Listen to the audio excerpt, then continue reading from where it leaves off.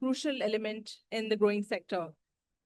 So just setting the context for today's discussion, I think the global energy transition hinges on this decisive shift towards renewable energy, where buildings is becoming the most critical element of fulfilling our net zero commitments. And within the built environment, it is a very important sector to drive the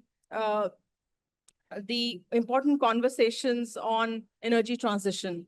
So if I have to align to the national as well as the international commitments of the Paris Agreement, the building sector becomes a very crucial element in advancing the solar and the renewable energy integration into the building sector and advancing or convergence of technologies such as the building integrated photovoltaics, or grid interactive solar systems and hybrid storages. They are becoming promising pathways to make the buildings not only energy efficient, but energy generating ecosystems. Now, if we have to look specifically in terms of the global south, the BIPV become extremely important technology because the rooftop integration of solar is becoming a very big constraint because of the limited rooftop that we have in the dense cities. So integrating the solar on the facades as well as on the shading devices, it is helping to generate or make the system becoming the generators of energy, and they're becoming the solar ecosystems. So this becomes extremely important also from the point of view that if we are looking at technology interventions, then mainstreaming the solar integrations into the green building designs, the codes and standards, as well as creating a lot of awareness around BIPV is becoming a crucial element in endorsing this in the future work that we are going to do. While cost, standards, as well as the way the awareness has been spread, it still remains like a very important, crucial element in this whole discussion. However, the targeted measures where the local manufacturing of BIPVs, then performance labeling, as well as inclusion in the codes and ratings will give this a lot of push in the building sector, and this technology would be adopted by many emerging economies. The International Solar Alliance, which is a global platform for advancing the deployment of solar across the member nations, becomes the catalytic, it plays a catalytic role in the conversations that we are having today. So we are very thankful to ISA for giving us this platform and joining us for designing this session on the building integrated photovoltaics. And of course, the conversations that we will have today, we will see how not only from the policy point of view, but also from a lot of case studies that are already there in India as well as in different parts of the world, how this is becoming more of a story and story to tell to others and for integration into more and more projects. So with this, I would like to now invite all my speakers on the dais. I would like to introduce them one by one.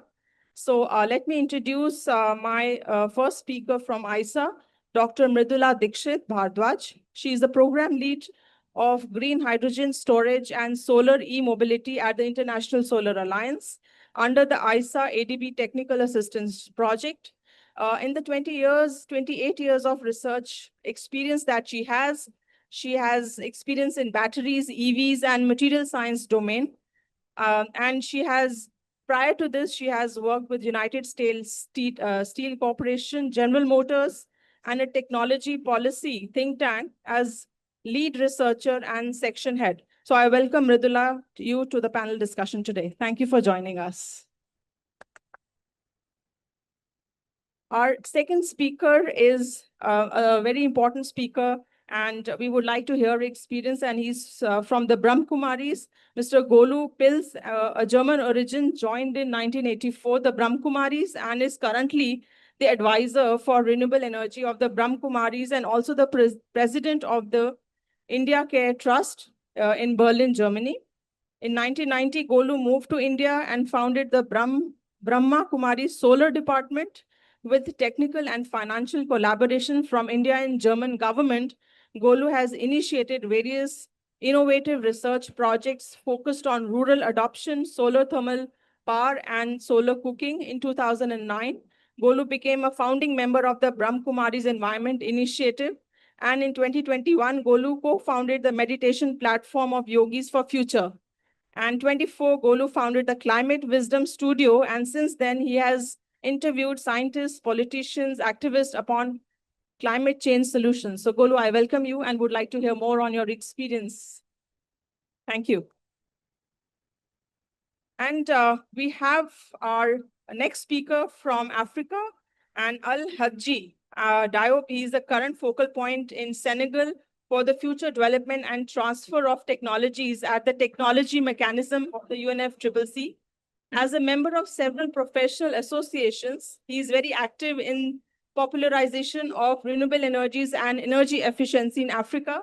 He gave courses for 3 years until 2018 at the African School of Architecture and Urban Planning, and on the integration of renewable energies in the built environment, energy efficiencies, digitalization of electrical systems. So I welcome you, Haji, to this conversation.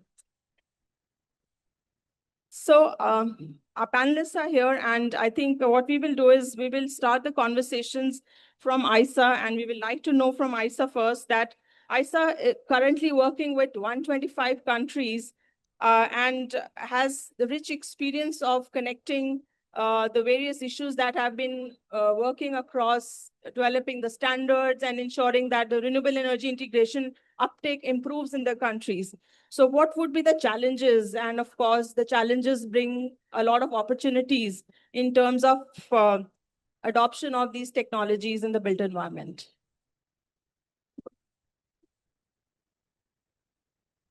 Hi, can you hear me? Thank you so much for including me in the panel, Shabnam. And I just wanted to, just go over what are the challenges and opportunities we see in the new technologies. As you know, everyone knows that if technology is developing, then it takes a lot of effort, it takes a lot of investment, it takes a lot of risk to make it deployed at a larger scale. So especially when you're working with 125 member countries like we are right now, then you see both opportunities and challenges at very close quarters because these differ from country to country, region to region. Now, I'll first go over some of the success stories, which gives us a lot of hope that there are opportunities out there. So first, like in countries like India and Egypt, long-term national solar targets that these countries have set up and very clear policy signals. They have given investors and industry the confidence and to scale very rapidly, and that we have seen. The second is ISA's aggregation and viability gap model. So they have made a real difference because for smaller and island states, like we have the SIDS program that we recently launched at Assembly, and now next week we have a big program on that. So what happens is that it brings together, a multiple countries on that platform, and it's easy to aggregate because, we are getting them together, pooling them. And so procurement of solar technology aggregate helps a lot, large scale deployment. And it helps them access reliable solutions at globally competitive prices. So that is a good success story. The third is that, the policies that support distributed and innovative solar applications. So whether rooftop, floating solar, or, green hydrogen from solar, then we have a very good storage program where we are looking at applications of storage integrated with solar. Like that, a building integrated PV recently we started. So they have consistently shown that when regulation encourages innovation, adoption follows naturally. So that's the thing that we have seen very closely. Now, at the same time, let's talk about the challenges. So I've listed some challenges. Many developing economies, they face high financing cost, which makes new technologies appear very risky, even if they are proven. Like green hydrogen is a very proven technology. but it's costly, and that is why, we don't have a consistent definition of green hydrogen, for instance. We do not have a a clear policy related to origin of green hydrogen certification. So those are the things which make it very difficult for trading across the borders. So these kind of issues are big challenges. And then, looking at, for instance, It's becoming a bit of noisy. So I think if you could bring your mic closer, and I think okay, it will sure, help yeah. us. Yeah. So that's exactly ISA's role as a global facilitator becomes critical. We work with member countries to identify what's working, what's not working, help them adopt tested models, so that they have the confidence, and bridge gaps through collective knowledge and action. So that's what our role is. Now, I wanted to go over a few things, like ISA has supported feasibility studies for green hydrogen, and we've done it with Denmark, our member country. We've done it with ADB, where we have built ecosystem readiness assessment framework to test how ready is a country to adopt green hydrogen, to adopt storage, and to adopt solar e-mobility. We've built the framework. We've done it, for many countries. And as I speak, we have a live green hydrogen center of excellence virtual platform, which has mapped green hydrogen ecosystem for 75 countries, and it's available, freely accessible to everyone. So those are the things we are doing for our countries to, help address the bottleneck and go over the challenges. So that's some of the things I wanted to highlight. And through these initiatives, ISA continues to help its members translate policy ambition into practical, bankable projects, ensuring that transition to clean energy is both inclusive and future ready. So that's all I have to say. Thanks, Mridula, for touching two very important elements in this conversation. First, of course, you talked about aggregation of demand.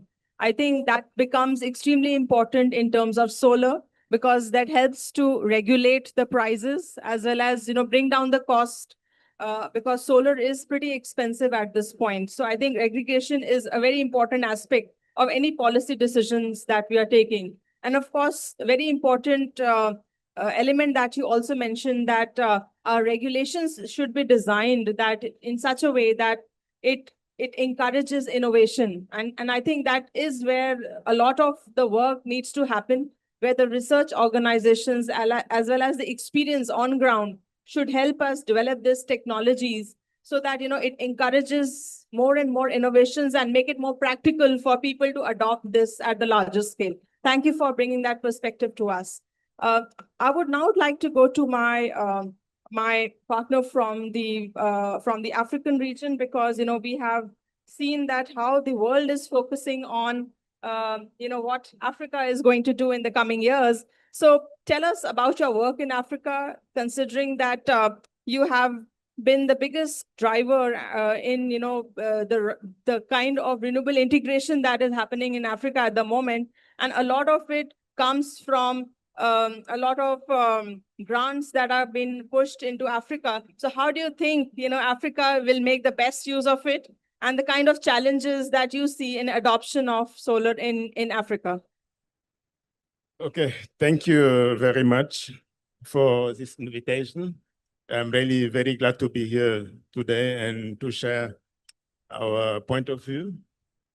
First of all, I would say the main driver is, of course, the lack of energy what we have in Africa. And if you consider that there are countries in Africa like, I don't want to name some of them, but in some countries where you have more than 50 million people, and you have only less than 5% of the people, of the population that have access to energy. So you can imagine how crucial the problem is, how important it is, and that's the main driver for us really to push and to integrate, to develop solar energy, to deploy it. And I mean, it's the same situation everywhere.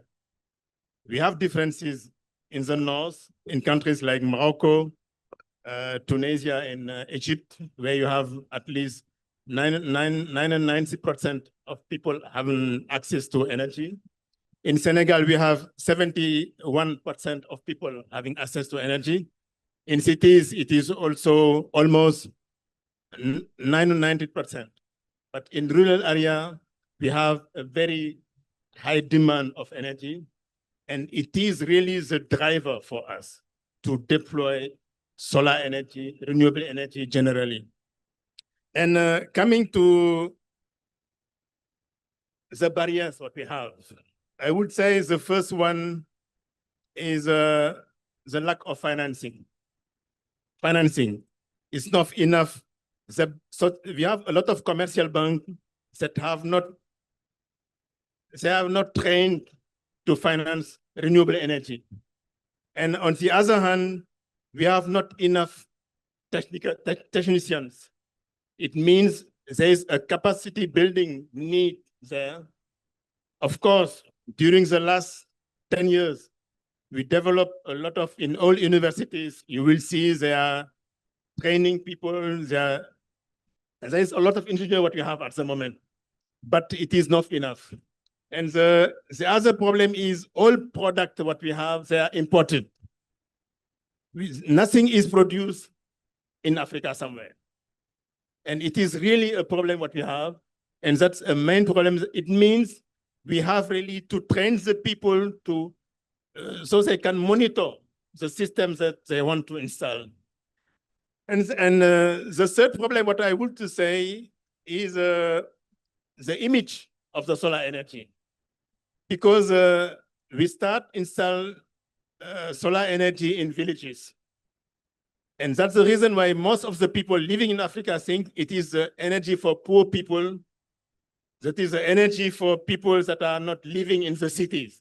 It was very difficult to integrate it in the city, in the building in cities. For example, as I did it in 2007 in Senegal, because I built a ecological house, complete equipped with solar energy on the roof. And it was very difficult to get, for example, authorization from the city to build this house, because we had no regulation, I would say no laws that allows, no regulation about this. It was very difficult. It was new for them. And that's the reason why we say, okay, we have to be, or to improve the framework, the legal framework, so we can really deploy this kind of technology in the cities. And on the other hand, it is very difficult really to find people that are able to maintain the system for a long term. And I think, but no, I can say, okay, with international cooperation, we are training people. There are a lot of funds coming into the country, a lot of some grants also, but not enough. And most of the time, what we have, there are loans, and it is very difficult for developing countries like Senegal to take loans for energy. For us, we say, okay, good, we need it. It is really crucial for us. It is better if you can get more loans for installation of solar energy. For example, if I compare it to the country of my neighbor, because I live there for 25 years in Germany, if you install a solar system, you get grants, I would say 50% of the system cost. But in Senegal, you have to pay all the costs, and the interest rate from the bank are at least 10%, but you have to pay if you want to buy a solar system. It is very difficult for people, normal people, especially for poor people, to buy solar system, to install it, and to benefit from it. So I think the challenges are quite clear, and I think we have been witnessing these kind of challenges across the world.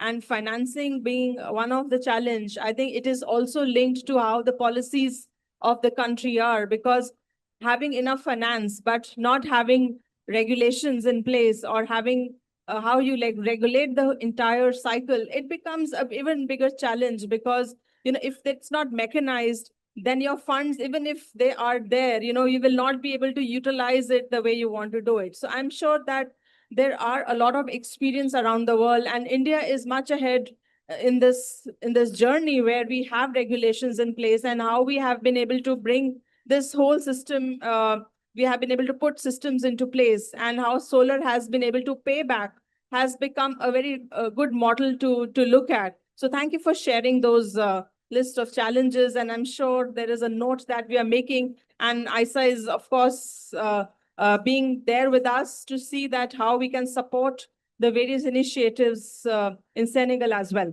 So coming to the experience that we have from the Brahmakumaris, because we just heard about the challenges, and now we are going to see a very interesting case study from Golu, where he's going to talk about the Asia's biggest solar power kitchen. And Golu, we would like to know more about how this whole concept started, what were the initial challenges, and how you can share with the audience the kind of results that you have been able to achieve out of, converting it into a solar kitchen. So I think we all are quite interested to see what you have brought for us. Thank you.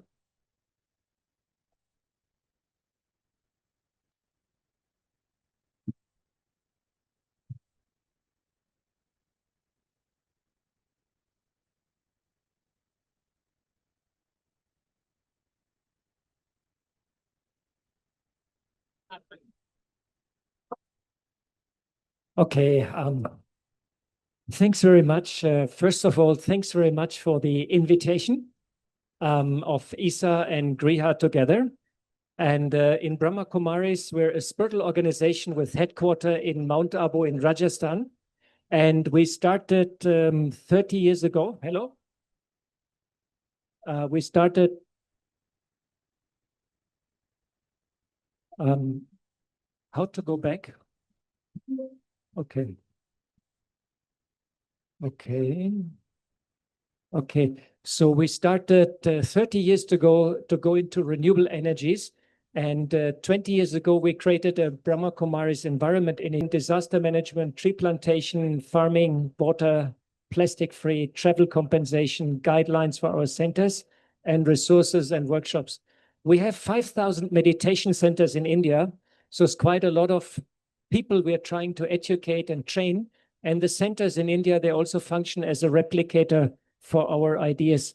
30 years ago, we started to do research in renewable energies. We're a recognized research center with the government of India. And we do research in photovoltaic, solar steam, water recycling, solar hot water, passive architecture, thermal power, and biogas.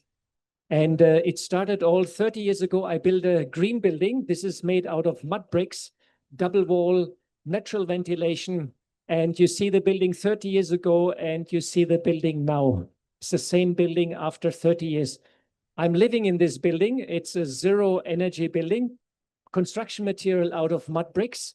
I have a 6 kilowatt photovoltaic system with battery bank behind, and I'm totally energy autark. And inside the building is very cozy and beautiful. You can see it's very, very homely. I also built a meditation dome out of mud bricks, and these structures are now 30 years old, have a very low energy requirement when you build them. Maintenance is also extremely low.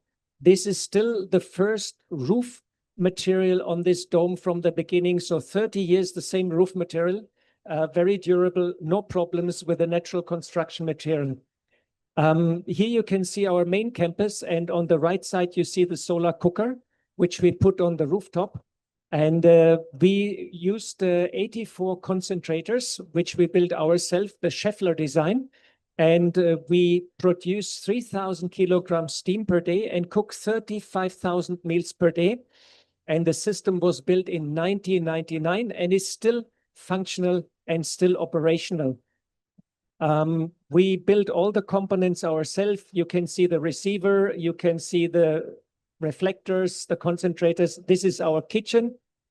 And we are cooking for all our devotees who come to our ashram.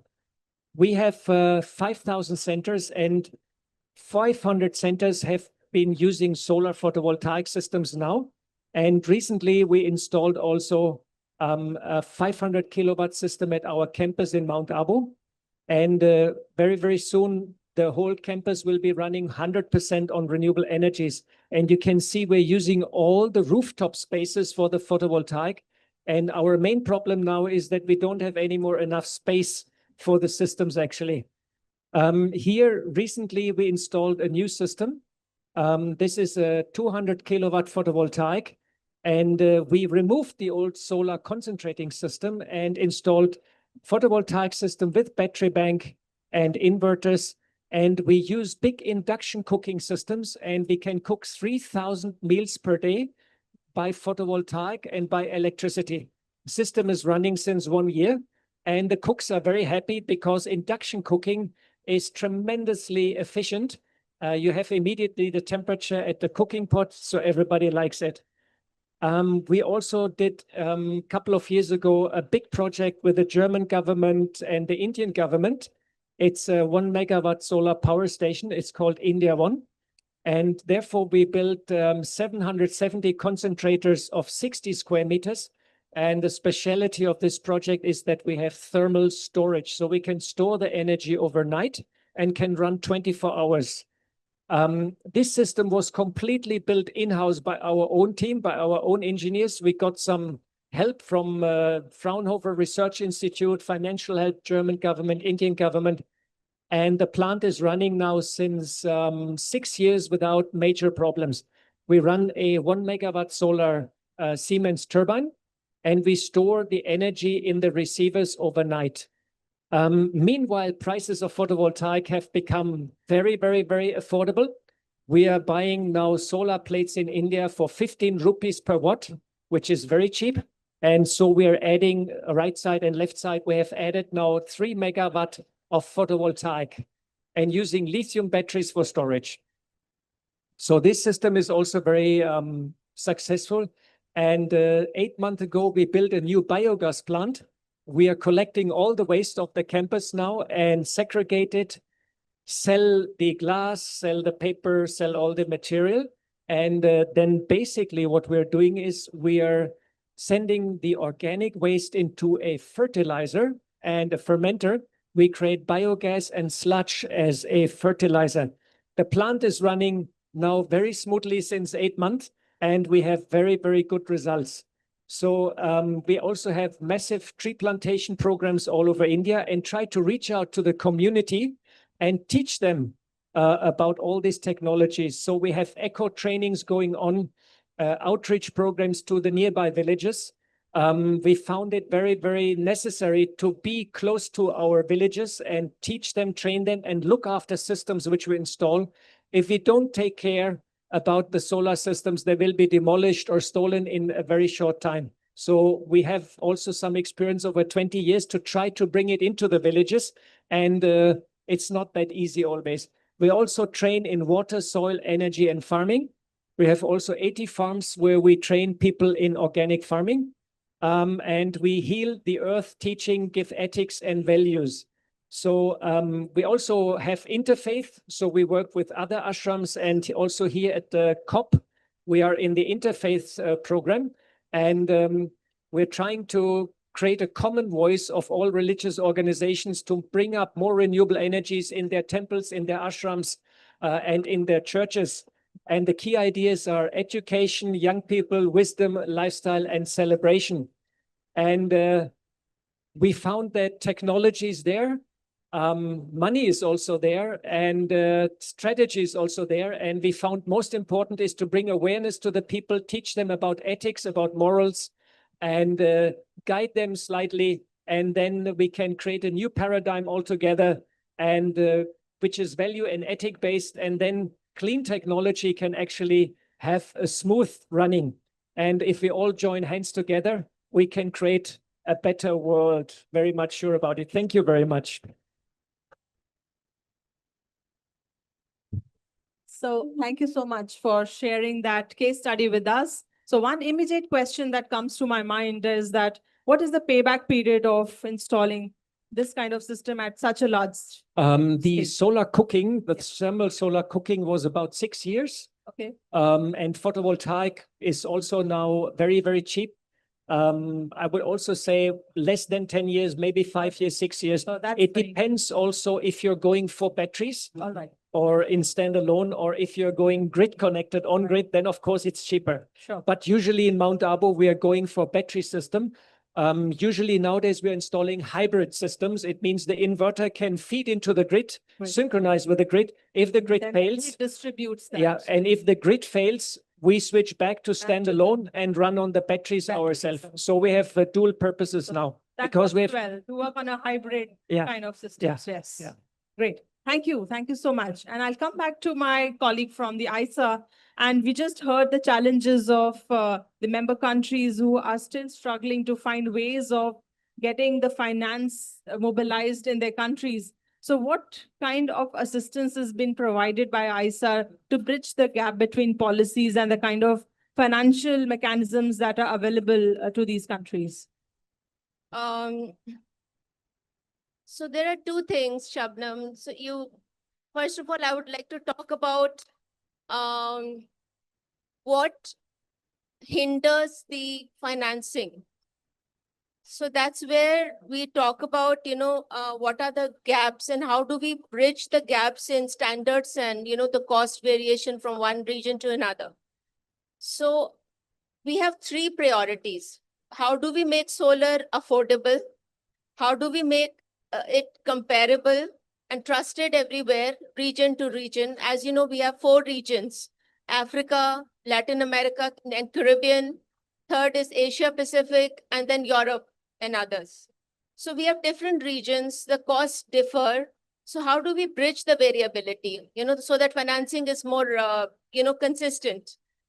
So our approach is basically anchored around 3 pillars. One is harmonization, one is localization, and third is the capacity building.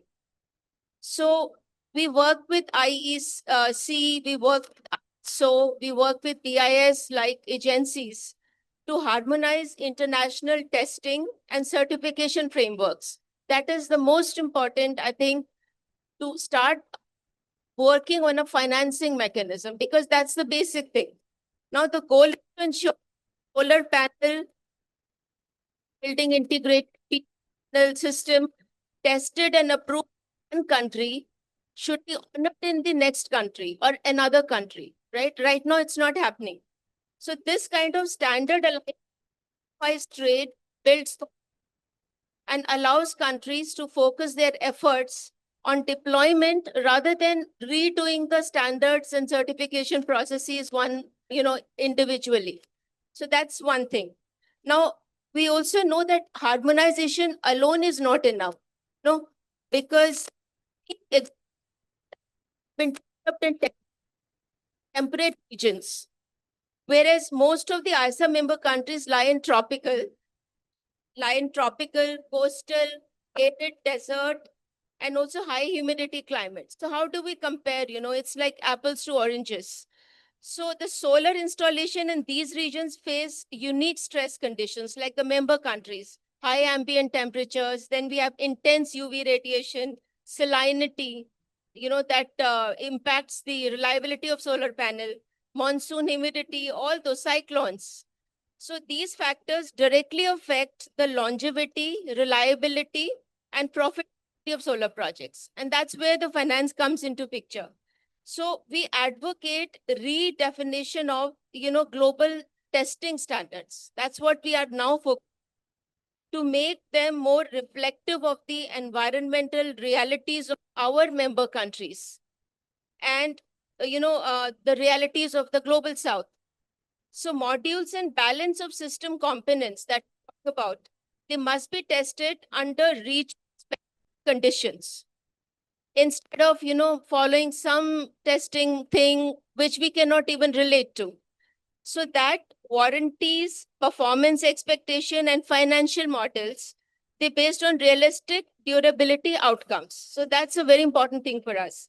Standards, therefore, are not just about equality that we were talking about this morning. They are central to bankability and investor confidence. So on that front, we've been leading aggregated procurement. I talked about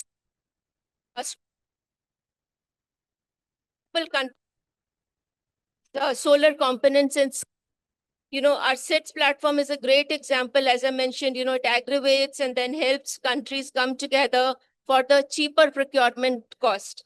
So that's how we are helping our member countries. And in short, we build trust through standardization, strengthen confidence through local capacity building. I talked about the capacity building in the last, question, that we are doing capacity building for Africa, for Asia Pacific, not just for, solar, but also for many other technologies. As I speak, we have done workshops with more than, 40 member countries in green hydrogen alone. And we've done intense training across the value chain for storage, for solar e-mobility, and also for solar, of course, which is our bread and butter. So that's how we basically have our approach in getting the right financing for the right cause. So, yeah.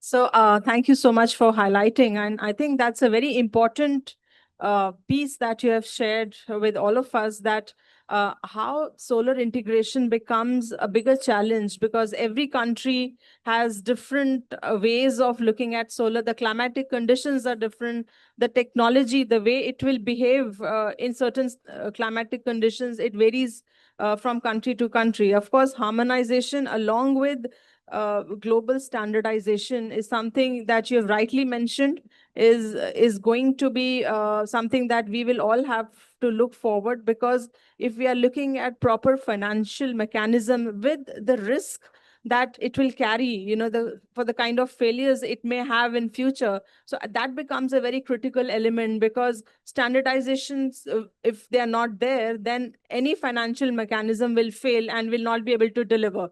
I think that's a very valid point that's been made by you. So I think getting our experience from ISA and seeing that how they are working very closely with the member nations, how in your experience Africa can benefit of the work that ISA is doing, and how would you like to add value to the work that they are doing and make it more, I would say that technology actually gets disseminated in even the smallest part of Africa.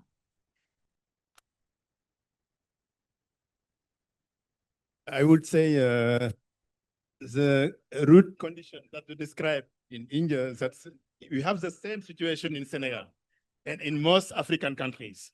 Really, it is very hot, and this very high temperature reduce the energy produced by the photovoltaic panels, and we are facing problems like this.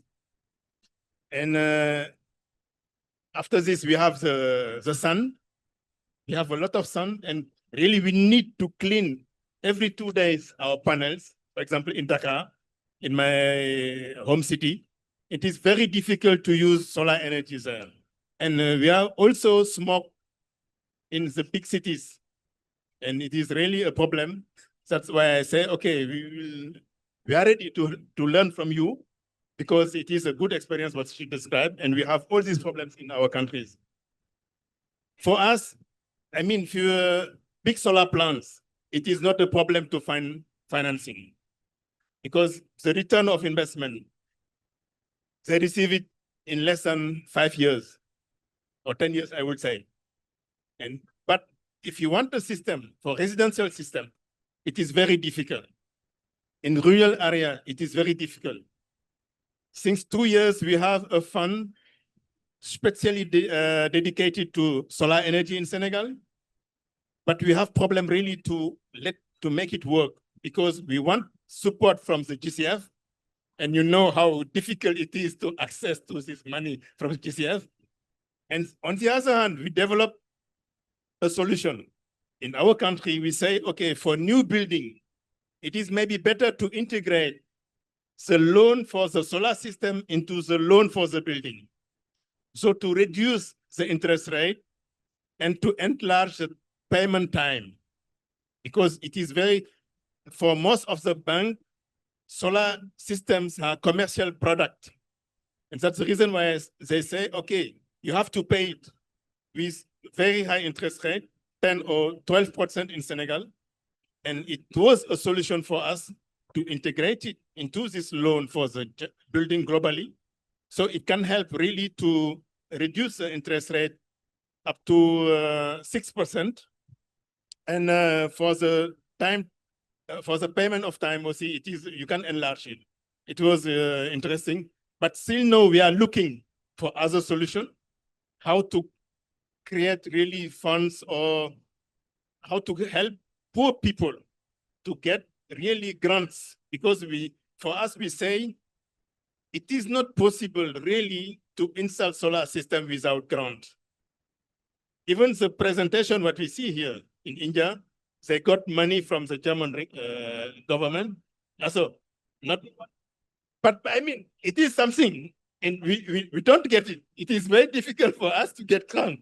And even for, if I install a solar system in my house in Germany, you will get a grant. In America also, or in France. But in African countries, it is very, very difficult. It is not possible. And that's the reason why we say, okay, it must be possible to have a fund that gives only grants to people, especially poor people, that want really to have access to energy. Great. I think you also touched upon a very important topic on capacities, and you talked about how it is very important that the local capacities and the way the installations will happen, the workmanship is not there. So you being from the academic side as well, what kind of challenges as well as solutions you feel will make a lot of difference in the academic institutes and bringing up the technology to the level where, people start taking that as a profession in your country? I'm on this side, I would say, as I am the technology focal point for Senegal, for technology development and technology transfer to the convention. And I would say we benefit a lot from the citizen, from the tech, to help universities, for example, to train people, to train a lot of students. For example, at the moment, we have 2 programs concerning floating solar. It is very interesting, and the request was made by a university in the north of Senegal, and we are getting funding from the citizen, and it is very important for us really to get funds like this so we can develop a program like this. On the same time, for example, we have an agrivoltaic program. It is for a city in the south of Senegal. And I think we have to develop application that can help see what is really the need of solar energy. It is not only for light or things like that. We really need to develop application to show the people what can we reach by including this product in our process of producing more wealth, I would say. And it is really important because still now we are looking solar energy as a product for lighting, for charging mobile phone or things like that. But for me, I think really we have to go behind this and say, okay, people, it is a source of energy that can help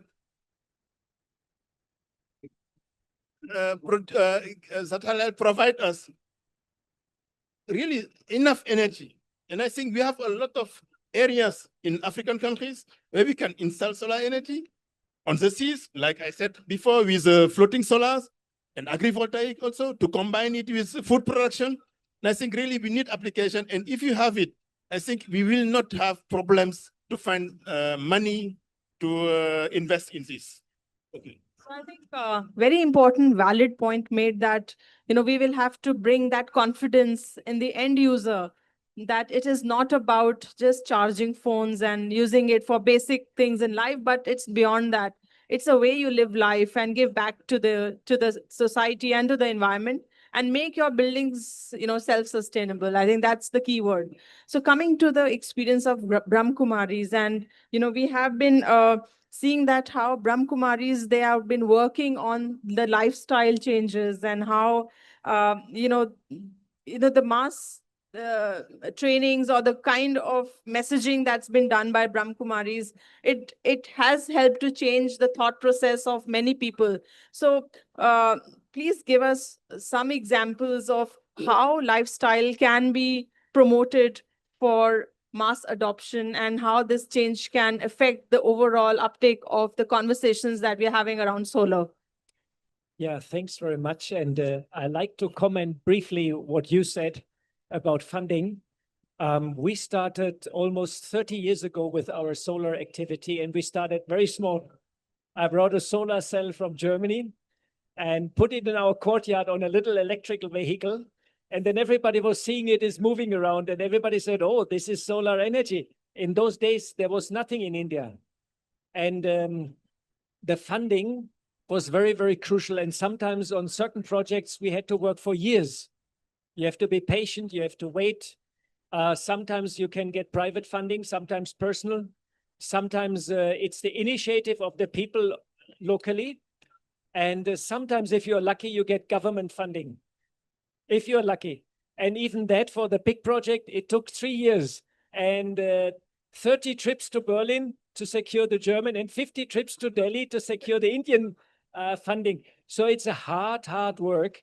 And it was only possible because we are working since 20 years and we have built up reputation and we very, very systematically worked forward. So it's not easy. I lost all my hair in the process, believe me. To convince people and get local impact, what we did is Brahma Kumaris is administrated by women, which is very, very interesting. And women are actually more inclined to go protecting nature and go for clean energy. It's quite interesting. It's sort of quite well known. So we convinced our elder daddies and they said solar energy is very nice. It is very clean. And in India, it's available abundantly. And so we convinced our senior daddies solar is very good.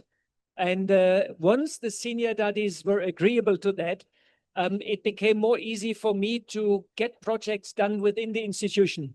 Because we're a spiritual organization, in the beginning, people told me, why you're doing solar? We're a spiritual organization. It's not our job. So I had to also convince my people and create awareness inside the institution that solar thing is a good thing. But that happened 20 years ago. So now my people are all in solar. They want more and they want more and they want more. We have problems with funding and problems with space. Otherwise, our people are now very much in favor of renewable energy, because they understand the relation to climate change, clean technology, and so on, and reliable, locally produced power. So first we had to create awareness amongst our people, and then slowly, step by step, we could roll out. And now, luckily, our centers, we have 5,000 centers in India, they all like this energy. We have a green policy. They all adopt them, embrace solar. We offer our centers technical assistance, funding they have to get themselves. And they have to provide the space, and then the centers install it. And then the students, the people who come for meditation, they see the solar system. They see the advantages that the sun, the power is there also when there's a power cut. In India, we have quite a lot of power cuts still. And then they become interested, and slowly it starts rolling. And interestingly, the government in India also has embarked on solar mission. There's a solar mission. There's a lot of initiatives also for single rooftops now with the government. And there are initiatives, there's funding available. So in India, it's a process of awareness and teaching, getting the government in the boat, getting local people in the boat, and then slowly, step by step, you can roll out. And that's actually what we do and we are very, very lucky. And interestingly, renewable energies is clean. And this harmonizes with our spiritual tradition and our spiritual lifestyle, that we meditate in order to purify the self. You purify the self and you use clean technology, so that is matching. So we are embracing it and it becomes part of our lifestyle. And nowadays, we think a lot about our carbon footprint. We try to educate our people about carbon footprint. And I feel bad coming by plane to India, to Brazil, to Belém, because I know my carbon footprint is high. But we are promoting maximum possible electric vehicles inside the campus. Look into your carbon footprint. Offset, we offer offset for our travels inside the institution. So we're really raising the awareness. And once you raise the awareness, people will go for it. And then they will mobilize also the funding. And PV has become incredibly cheap now. As I said, in India, it's rock bottom price. Photovoltaic has become the cheapest. For us, funding is less the problem. It's more the space, the adaptation, the integration into the local setup. Funding, we feel after 30 years working hard on awareness, funding comes automatically when you have everything else in place. And we believe the mindset has to change. And we found meditation, inner reflection is very, very helpful to bring that change in the mindset. So people understand it's also a moral question to go for clean technology and use it. And once the politicians understand it, once the local people understand it, and we all join hands, we can go in the right direction and change the situation and come out of the crisis we're right now in. Thank you. And I think very rightly said that how awareness and our moral responsibility of the way we are using resources is extremely critical in the way we are looking at solar, and inclusion of women in this whole conversation and how they are more responsible, in bringing that change. I think that has been rightly touched upon in your conversation. And of course, the idea of experiential learning, and when people come to your campuses and then they see the benefits of solar, I think that is something is also giving them the first-hand experience of seeing that what kind of difference the technologies and solar can make and bring to the lives of the people around you. So thank you everyone for bringing that insightful conversations and the conversations that we had around funding, on the kind of challenges, and of course, the case studies that we have shared today. I'm sure that we have a little bit of time for a few questions that we can take from the audience. So with a show of hands, if we can take a few questions, please. So this looks like quite an informed audience. If there are any questions, we do take them. Otherwise, we would like to formally close the session today. Any questions, please?